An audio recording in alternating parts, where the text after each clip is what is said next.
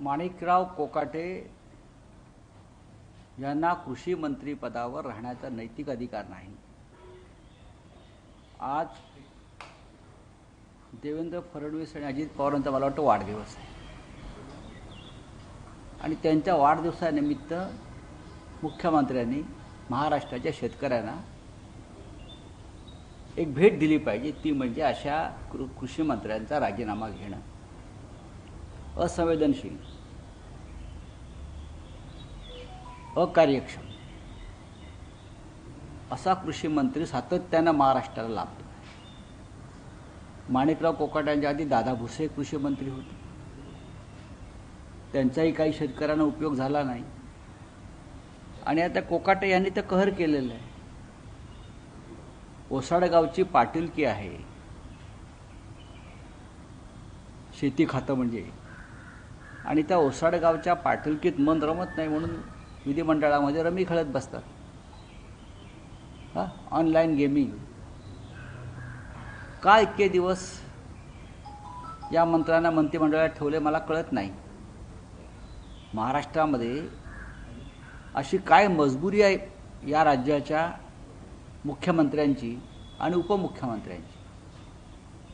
काय मजबुरी आहे की संपूर्ण महाराष्ट्र ओरडून सांगतोय, तुम्हाला आक्रोश करतोय, शेतकरी लोक रस्त्यावर उतरलेले आहेत, हाणामाऱ्या सुरू आहेत आपापसात राजीनामा मागण्यासाठी, आणि तरीही देवेंद्र फडणवीस कृषी मंत्र्यांना संरक्षण देत आहेत। हा या राज्यातल्या शेतकरी वर्गाचा अपमान आहे। कोणत्याही परिस्थितीत कृषी मंत्र्यांचा राजीनामा द्यावाही लागेल आणि घ्यावाही लागेल। पण त्या अंतर्गत जी माहिती मिळाली त्यांच्या पक्षामध्ये चर्चा ही आहे की हा एवढा मोठा गुन्हा नाही की राजीनामा द्यावा, आणि पक्षांतर्गत अगोदर धनंजय मुंडे यांना राजीनामा दिला, त्यामुळे कुठेतरी अजित पवार गटाला टार्गेट केलं जात आहे अशी सुद्धा चर्चा। कोणी कोणाला टार्गेट करत नाहीत। या महाराष्ट्रामध्ये फक्त विरोधी पक्षाला टार्गेट केलं जातं। विरोधी पक्ष फक्त सत्य सांगण्याचा प्रयत्न करतो आहे। हनी ट्रॅपचा विषय असेल, त्यानंतर हा कृषी मंत्र्यांचा, माणिकराव कोकाटे आमचे व्यक्तिगत शत्रू नाही तो, पण महाराष्ट्रामध्ये जे घडू नये ते घडत आहे। महाराष्ट्रातल्या शेतकऱ्यांच्या प्रश्नावर गांभीर्यानं काम न करणारे या राज्याला कृषी मंत्री जर लाभले असतील तर त्यांचा राजीनामा मागण्याचा अधिकार हा विरोधी पक्षाला घटनेनं दिलेला आहे। अजित पवारांना टार्गेट कशा करता येईल? अजित पवारांना जेव्हा टार्गेट केलं तेव्हा ते भाजपात सामील झाले, प्रश्न संपला त्यांचा। एकनाथ शिंदेना टार्गेट केलं भाजपने, ते भाजपात सामील झाले, त्यांनी तो मार्ग स्वीकारलेला आहे भाजपात सामील होण्याचा टार्गेट केल्यामुळे।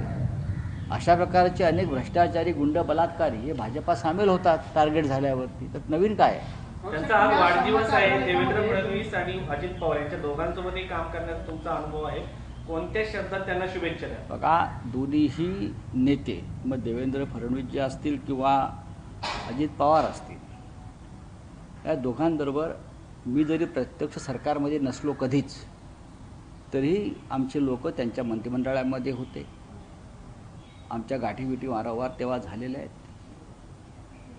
महाराष्ट्राची जाण असलेले नेते आहेत, तरुण नेते आहेत, त्याच्यामुळे त्यांना आमच्या शुभेच्छा असणारच। फक्त तुम्ही महाराष्ट्राचं कल्याण करा, मराठी माणसाचं कल्याण करा आणि आपल्या राजकीय विरोधकांशी सुडानं वागू नका, हे काल सुप्रीम कोर्टानं सुद्धा बजावलेलं आहे।